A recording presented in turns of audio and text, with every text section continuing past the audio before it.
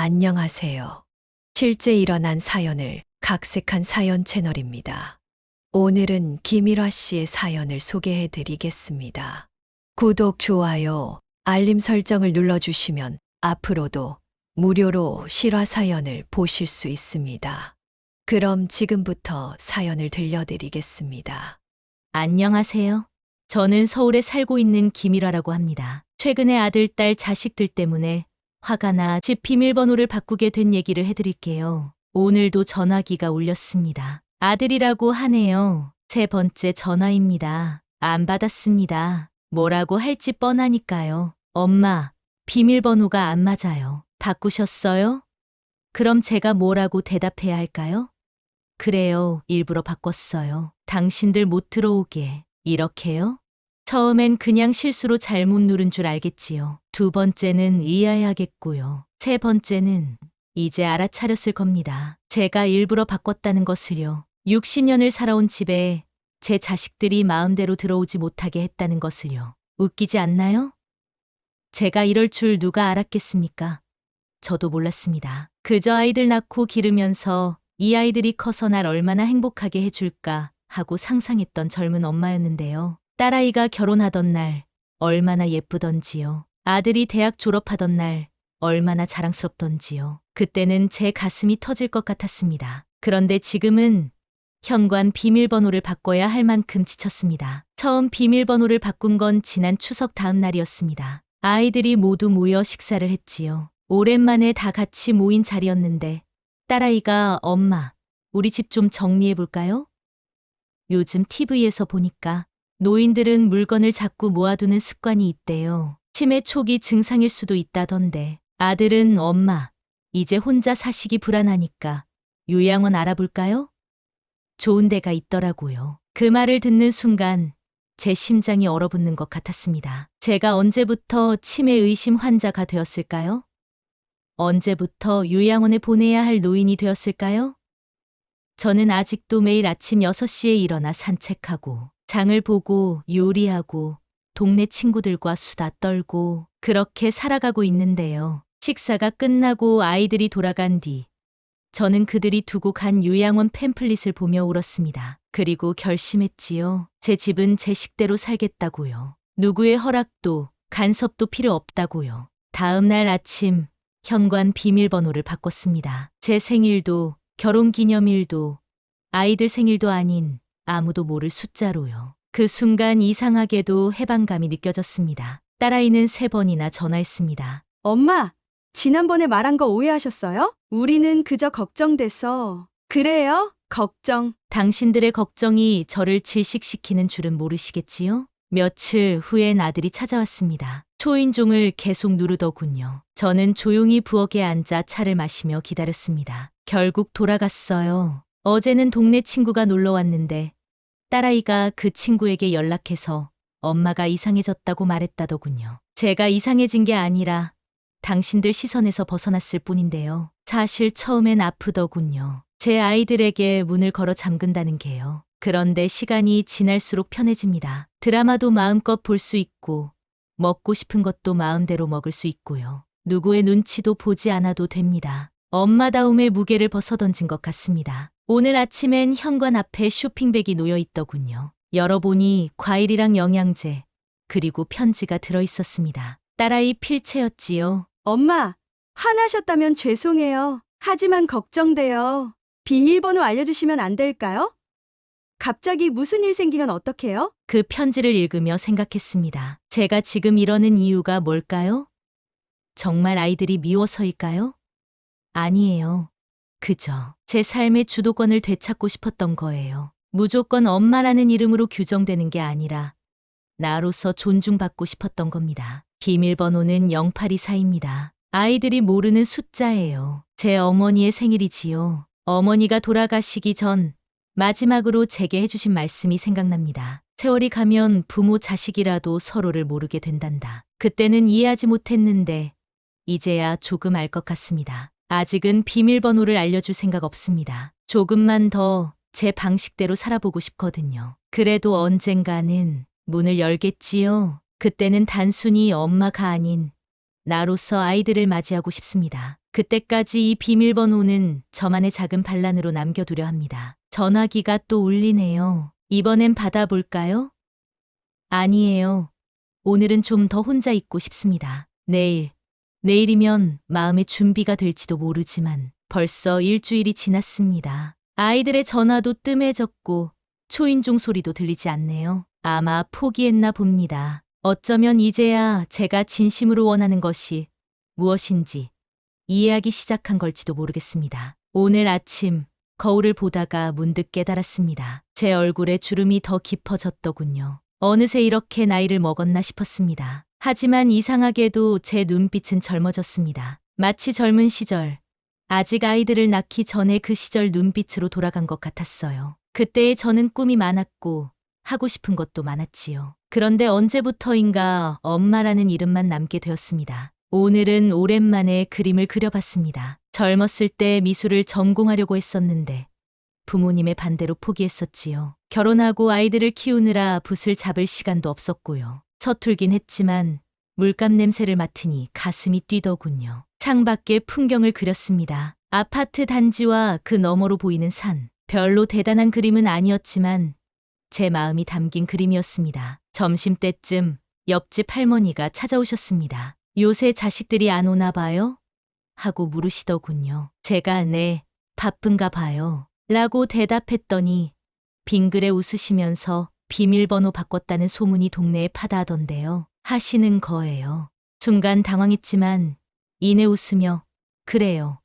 조금 혼자 있고 싶어서요. 라고 말했습니다. 할머니께서는 머리를 끄덕이시더니 저도 그러고 싶을 때가 있어요. 우리 아들, 며느리가 좋은 사람들이지만 가끔은 숨이 막힐 때가 있거든요. 라고 하셨습니다. 처음으로 제 마음을 이해해주는 사람을 만난 것 같아 눈물이 날 뻔했습니다. 오후에는 노인을 위한 미술교실이라는 포스터를 보게 되었습니다. 동네 복지관에서 하는 프로그램이었어요. 망설임 없이 등록했습니다. 다음 주 수요일부터 시작한다고 하네요. 기대가 됩니다. 수십 년 만에 다시 찾은 제 꿈이랄까요? 저녁에는 오랫동안 박스에 넣어두었던 오래된 사진 앨범을 꺼냈습니다. 아이들이 어렸을 때 사진이었지요. 딸아이가 처음 걸음마를 뗐을 때, 아들이 유치원 발표회에서 토끼 역할을 했을 때, 그 순간들이 얼마나 소중했는지 다시 한번 느꼈습니다. 하지만 그때는 제가 엄마였고 지금은 그저 나이고 싶습니다. 두 가지가 공존할 수 없을까요? 전화기가 울렸습니다. 딸이었어요.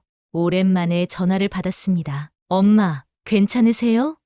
하고 물었지요. 제가 아주 좋아. 그동안 못했던 것들을 하고 있어. 라고 대답했더니 딸아이가 놀라더군요. 뭘 하고 계세요? 그림을 그리고 있어. 다음 주부터는 미술교실도 다닐 거야. 잠시 침묵이 흘렀습니다. 그리고 딸아이가 말했어요.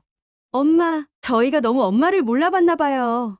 처음으로 마음이 열리는 대화를 나눴습니다. 딸에게 제 마음을 솔직하게 이야기했어요. 요양원 이야기를 들었을 때 얼마나 상처받았는지, 아직도 제 삶을 스스로 꾸려나갈 수 있는데, 그런 말을 들으니 얼마나 무력감을 느꼈는지. 딸아이는 죄송하다고 그저 걱정되어서 그랬다고 했지만 이제는 엄마의 선택을 존중하겠다고 했습니다. 통화를 마치고 나니 마음이 한결 가벼워졌습니다. 아직 비밀번호는 알려주지 않았어요. 하지만 딸에게 말했습니다. 언젠가 곧 알려줄게. 하지만 그 전에 너희가 나를 단지 엄마가 아니라 한 사람으로 봐주었으면 해. 딸아이는 이해한다고 시간이 필요하면 기다리겠다고 했습니다. 내일은 오랜만에 미용실에 가볼까 합니다. 젊었을 때 항상 하고 싶었던 쇼컷 스타일을 해볼까 생각 중이에요. 아이들이 또 놀라겠지만 이제는 그런 반응도 즐기게 되었습니다. 비밀번호를 바꾼 지 열흘이 지났습니다. 처음에는 반항심에 가까웠던 행동이 이제는 제 삶을 되찾는 여정이 되었네요. 언젠가는 아이들에게 현관문을 열어줄 겁니다. 하지만 그때는 제가 새롭게 태어난 후일 거예요. 그저 아들, 딸의 엄마가 아닌 나 자신으로서 살아가는 법을 배운 후예요. 창문 밖을 보니 달이 참 밝네요. 오늘도 한 걸음 더 나아간 것 같습니다. 내일은 또 어떤 날이 될까요? 기대가 됩니다. 60년을 살았지만 인생은 이제 시작인 것 같다는 생각이 드네요. 벽시계가 12시를 가리킵니다. 이제 자야겠어요. 내일은 더 많은 것들이 기다리고 있으니까요. 그림도 더 그려봐야 하고 읽다만 소설책도 마저 읽어야 하고. 아, 맞다. 내일은 아들에게도 전화해봐야겠습니다. 그 아이도 이제는 알 때가 되었으니까요. 엄마가 왜 이러는지, 엄마가 진짜 원하는 게 무엇인지. 오늘은 아들에게 전화를 했습니다. 처음엔 받지 않더군요. 아마도 제 번호를 보고 망설였나 봅니다. 세 번째 시도에서야 전화를 받았어요. 어머니? 하는 목소리가 조심스러웠습니다. 어디서부터 이야기를 시작해야 할지 머뭇거렸지만 용기를 내어 말했습니다. 미안해요. 갑자기 비밀번호를 바꿔서. 하지만 엄마도 이유가 있었어요. 아들은 한동안 말이 없었습니다. 그러다 갑자기 어머니, 제가 요양원 이야기를 꺼낸 게 많이 상처가 되셨죠? 라고 물었습니다. 그 말에 눈물이 났습니다. 아들이 이해하고 있었던 거였어요. 요양원 팸플릿을 보는 순간 내가 이제 정말 늙었구나 하는 생각이 들었어. 아직도 스스로 할 수 있는 일이 많은데 갑자기 누군가에게 의존해야 하는 사람이 된 것 같아서 말을 잇지 못했습니다. 아들은 어머니, 정말 죄송해요. 저희는 그저 걱정돼서 그랬는데 어머니 마음은 전혀 생각하지 못했네요. 라고 했습니다. 미술교실에 다니기 시작했다는 이야기, 그림을 그리고 있다는 이야기를 했더니 아들이 놀라더군요. 어머니가 그림에 관심이 있으셨다는 건 처음 알았어요. 맞습니다.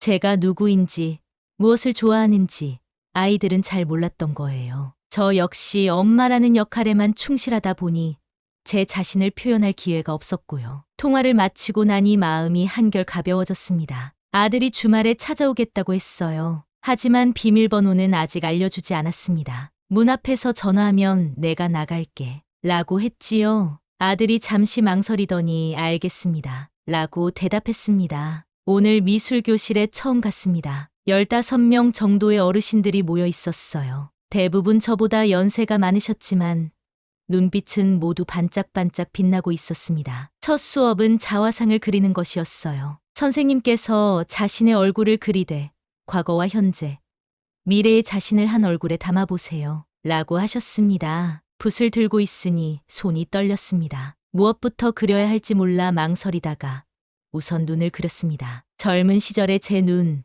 희망과 꿈으로 가득 찬 눈동자, 그리고 주름진 눈가는 현재의 저를, 입가의 미소는 미래의 저를 담았습니다. 완성된 그림을 보니 낯설면서도 친숙했어요. 그동안 거울에서 본 제 모습과는 달랐지만 어쩌면 이게 제 진짜 모습인지도 모르겠습니다. 선생님께서 제 그림을 보시고는 자신을 찾아가는 여정이 느껴집니다. 라고 하셨어요. 그 말에 가슴이 뭉클했습니다. 네, 저는 지금 저를 찾아가는 중입니다. 미술교실이 끝나고 카페에 들렀습니다. 혼자서 카페에 앉아 있는 것도 처음이었어요. 늘 누군가와 함께였거나 집에서 커피를 마셨기 때문이죠. 창가에 앉아 아메리카노를 마시며 사람들을 구경했습니다. 젊은 연인들, 친구끼리 모인 학생들, 혼자 노트북을 들여다보는 직장인들, 각자의 삶을 살아가는 모습이 아름답게 보였습니다. 카페에서 우연히 동네 서점 주인을 만났어요. 20년 넘게 알고 지낸 분인데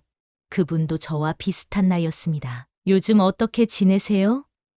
라고 물으시길래 비밀번호 이야기와 미술교실 이야기를 했지요. 그랬더니 웃으시면서 저도 작년에 비슷한 경험을 했어요. 아들이 서점을 정리하고 쉬라고 하더군요. 하지만 책과 함께하는 이 시간이 제 삶인데 어떻게 포기하겠어요?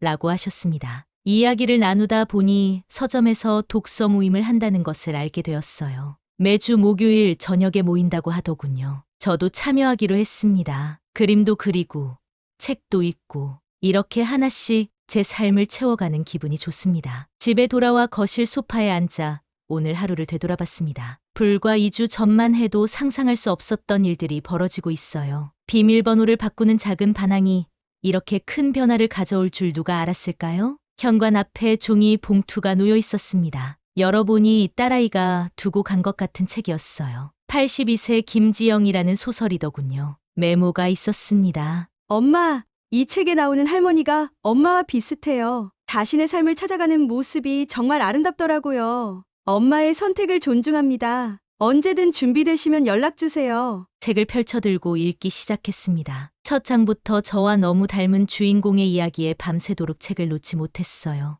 마지막 페이지를 덮으며 생각했습니다. 나도 저렇게 될 수 있을까? 나만의 이야기를 만들어갈 수 있을까? 주말이 되었습니다. 아들이 온다고 했던 날이에요. 아침부터 부산하게 움직였습니다. 쌀을 씻고 반찬을 준비하고 문득 깨달았습니다. 제가 다시 엄마 모드로 돌아가고 있다는 것을요. 잠시 멈추고 생각했습니다. 그래도 괜찮아. 이제는 내가 선택해서 하는 거니까. 초인종이 울렸습니다. 아들이 와 있었어요. 현관문을 열어주니 아들이 어색하게 서 있었습니다. 손에는 꽃다발을 들고 있었어요. 어머니, 이제부터 제대로 알아가고 싶어요. 어머니가 좋아하시는 것, 하고 싶으신 것, 꿈꾸시는 것, 모든 것을요. 그 말에 눈물이 났습니다. 기다렸던 말이었어요. 아들을 안으로 들였습니다. 거실 탁자 위에는 제가 그린 그림들이 놓여 있었지요. 아들이 그림을 보더니 놀란 표정을 지었습니다. 어머니, 정말 재능이 있으세요. 그 말이 얼마나 기뻤는지 모릅니다. 오랜만에 함께 식사를 했습니다. 예전과는 달랐어요. 아들이 저에게 질문을 많이 했습니다. 젊었을 때 무엇을 하고 싶었는지, 어떤 꿈이 있었는지 한 번도 해보지 않았던 대화였습니다. 식사 후 아들이 조심스레 물었습니다. 어머니, 비밀번호는 언제쯤 알려주실 건가요? 제가 웃으며 대답했습니다. 그래, 이제 알려줄게. 하지만 한 가지 약속을 해주었으면 해요. 무슨 약속인데요? 엄마가 혼자 있고 싶을 때는 존중해주고, 엄마가 결정한 일은 함부로 바꾸려 하지 말아주세요. 그리고 엄마를 그저 노인이 아닌 아직도 배우고 성장하는 사람으로 봐주세요. 아들이 고개를 끄덕였습니다. 약속할게요. 어머니, 정말 죄송했습니다. 그제서야 비밀번호를 알려주었습니다. 0824예요. 할머니 생신이지. 아들이 놀라는 표정을 지었습니다. 한 번도 물어본 적 없는 날짜였으니까요. 아들이 돌아간 후 창가에 서서 하늘을 바라봤습니다. 구름 한 점 없이 맑은 하늘이었어요. 마음도 그렇게 맑아진 것 같았습니다. 비밀번호를 바꾼 것은 끝이 아니라 시작이었던 거예요. 제 삶의 새로운 시작. 이제 딸에게도 비밀번호를 알려줄 생각입니다. 하지만 그 전에 딸과도 진정한 대화를, 어머니와 딸이 아닌 두 여성으로서의 대화를 나누고 싶습니다. 그동안 말하지 못했던 이야기들, 서로를 이해하지 못했던 순간들에 대해 솔직하게 이야기하고 싶어요. 내일은 동네 미용실에 가서 머리를 자르기로 했습니다. 짧은 머리가 저에게 어울릴지 모르겠지만 도전해보고 싶어요. 새로운 모습으로 새로운 삶을 시작하는 거죠. 가끔은 무섭기도 합니다. 이렇게 변해가는 제 모습이요. 하지만 더 많이 설렙니다. 앞으로 어떤 일들이 기다리고 있을까 하는 기대감으로 가슴이 뛰어요. 비밀번호를 바꾼 지 이제 보름이 지났습니다. 짧은 시간이지만 제 인생에서 가장 중요한 전환점이 된 것 같아요. 어쩌면 이런 변화가 필요했던 건지도 모르겠습니다. 가끔은 단절이 필요하다는 것을, 그 단절을 통해 오히려 더 깊이 연결될 수 있다는 것을 이제야 알게 되었습니다. 오늘 밤에는 일기를 써볼까 합니다. 오랫동안 잊고 있던 습관이지만 다시 시작해보려고요. 제 이야기, 제 감정, 제 생각들을 기록으로 남기고 싶습니다. 언젠가 이 일기가 제 자식들에게 또는 다른 누군가에게 작은 용기가 될 수 있기를 바라면서 오늘은 머리를 짧게 잘랐습니다. 미용실에 들어서는 순간 미용사가 놀란 표정을 지었어요. 손님, 이번에는 어떻게 해드릴까요? 제가 단호하게 말했습니다. 짧게 잘라주세요. 아주 짧게요. 미용사가 확신하는 눈치였습니다. 정말 짧게 하실 거예요? 후회하시면 어쩌시려고? 웃으며 대답했습니다. 이제 후회는 그만하려고요. 새로운 시작을 하고 싶어서요. 거울 앞에 앉아 머리카락이 바닥에 떨어지는 것을 지켜봤습니다. 30년 넘게 유지해온 스타일이었는데 한 움큼씩 잘려나가는 머리카락을 보니 묘한 기분이 들었어요. 마치 과거의 저와 작별 인사를 하는 것 같았습니다. 완성된 모습을 보고 깜짝 놀랐습니다. 거울 속 제 모습이 낯설었어요. 하지만 이상하게도 더 젊어 보였습니다. 눈이 커 보이고 얼굴선이 살아나고 무엇보다 제 눈빛이 달라져 있었습니다. 더 자신감 있고 더 밝아 보였어요. 집으로 돌아오는 길에 동네 사람들과 마주쳤습니다. 모두들 놀란 표정이었어요. 어머, 젊어지셨네요. 새로운 헤어스타일이 정말 잘 어울리세요. 그런 말들을 들으니 기분이 좋았습니다. 물론 갑자기 왜 그러시는 거예요? 하는 시선도 있었지만 이제는 그런 시선이 신경 쓰이지 않더군요. 오후에는 딸아이에게 전화가 왔습니다. 주말에 같이 점심 먹자고 하더군요. 서로 바쁘다 보니 둘이서만 만나는 건 오랜만이었습니다. 제가 동의하자 딸이 조심스레 물었어요.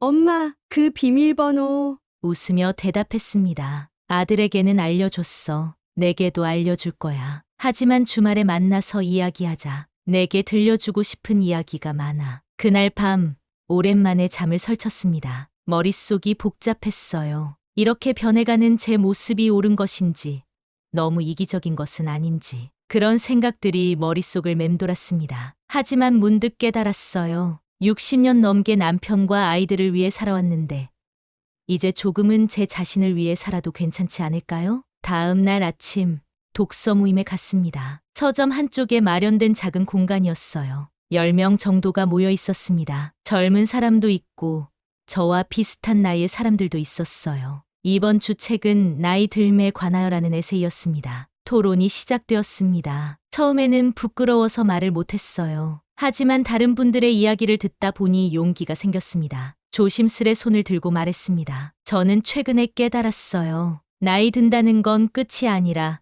새로운 시작이 될 수도 있다는 것을요. 모두가 고개를 끄덕이며 공감해 주었습니다. 모임이 끝나고 한 여성분이 다가와 말을 걸었습니다. 새로운 헤어스타일이 정말 멋져요. 용기 있는 결정이었네요. 그 말에 웃음이 나왔습니다. 머리를 자른 것이 용기 있는 결정이라니. 하지만 생각해보니 맞는 말이었어요. 변화를 받아들이는 것, 새로운 시작을 하는 것.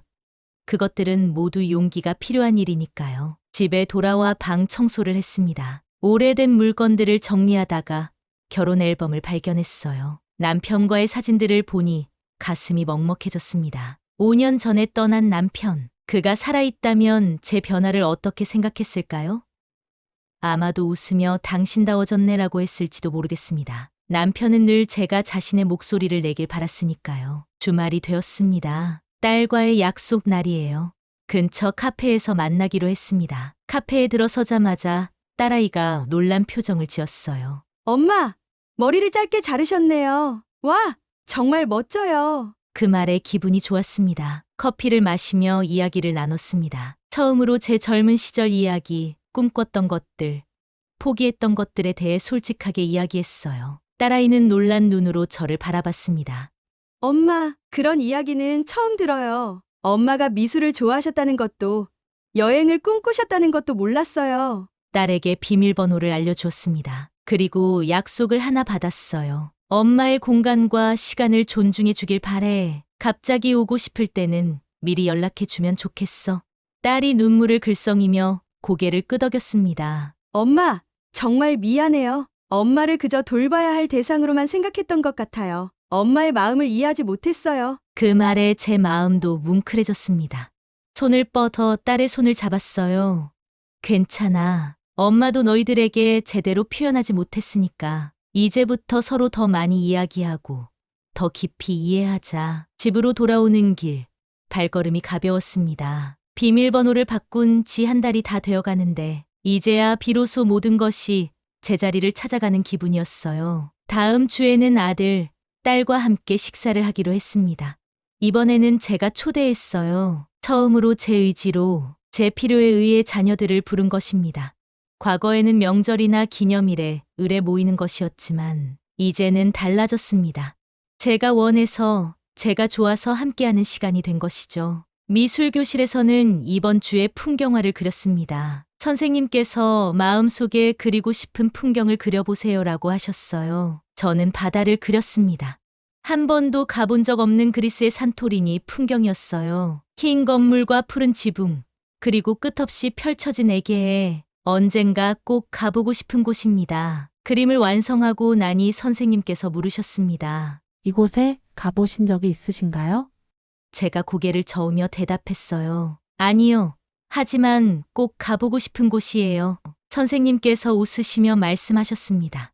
그럼 계획을 세워보세요. 꿈은 계획이 될 때 현실이 됩니다.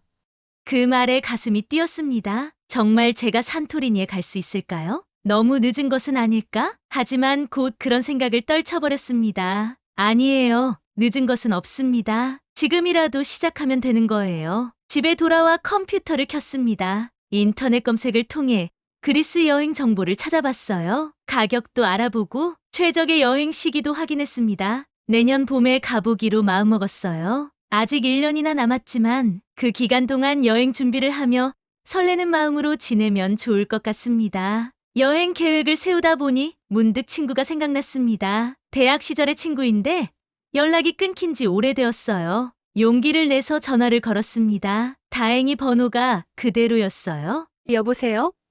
익숙한 목소리가 들렸습니다. 나야, 기억나? 잠시 침묵이 흐르더니 친구가 소리쳤어요. 세상에. 정말 너야? 이게 몇 년 만이야? 1시간 넘게 통화했습니다. 그동안의 이야기를 나누고 근황을 물었어요. 친구도 비슷한 시기에 변화를 겪었다고 합니다. 남편과 사별하고 자녀들이 독립하고 그리고 자신만의 삶을 찾아가는 과정에 있다고 하더군요. 다음 주에 만나기로 했습니다. 둘이서 카페에 앉아 옛 이야기도 하고 앞으로의 계획도 나누기로요. 오늘 저녁 베란다에 앉아 석양을 바라봤습니다. 붉게 물든 하늘이 너무 아름다웠어요. 이런 풍경을 매일 볼 수 있었는데 왜 그동안 제대로 보지 못했을까요? 항상 집안일에 바쁘고 가족들 챙기느라 정신없었던 것 같습니다. 하지만 이제는 달라졌어요. 일상의 작은 아름다움을 발견하는 법을 배우고 있습니다. 비밀번호를 바꾼 지 한 달이 지났습니다. 그동안 많은 것이 변했어요. 외모도, 일상도, 관계도. 하지만 무엇보다 제 마음가짐이 변했습니다. 이제는 해야 한다가 아닌 하고 싶다를 따라 살고 있어요. 누군가의 기대가 아닌 제 마음의 소리에 귀 기울이며 살아가는 법을 배우고 있습니다. 내일은 아들, 딸과 함께 식사를 합니다. 처음으로 제가 요리하는 것이 아닌 레스토랑에서 만나기로 했어요. 제가 엄마가 아닌 한 사람으로서 그들과 만나는 시간이 될 것 같습니다. 기대가 됩니다. 이 새로운 관계, 새로운 시작이 어디로 이어질지 두렵기도 하지만 설레는 마음이 더 큽니다. 비밀번호를 바꾼 작은 반항이 제 인생의 큰 전환점이 될 줄은 몰랐습니다. 하지만 이제 알겠어요. 변화는 작은 용기에서 시작된다는 것을요. 제 이야기를 끝까지 들어주셔서 감사합니다. 여러분의 가정에는 이런 아픔이 없기를 바라며 오늘도 행복하시길 바랍니다. 여러분에게 비슷한 일이나 이야기가 있다면 댓글로 들려주세요. 누군가에게는 큰 희망과 위로가 될 수 있습니다. 앞으로도 이런 교훈적인 이야기로 찾아뵙겠습니다.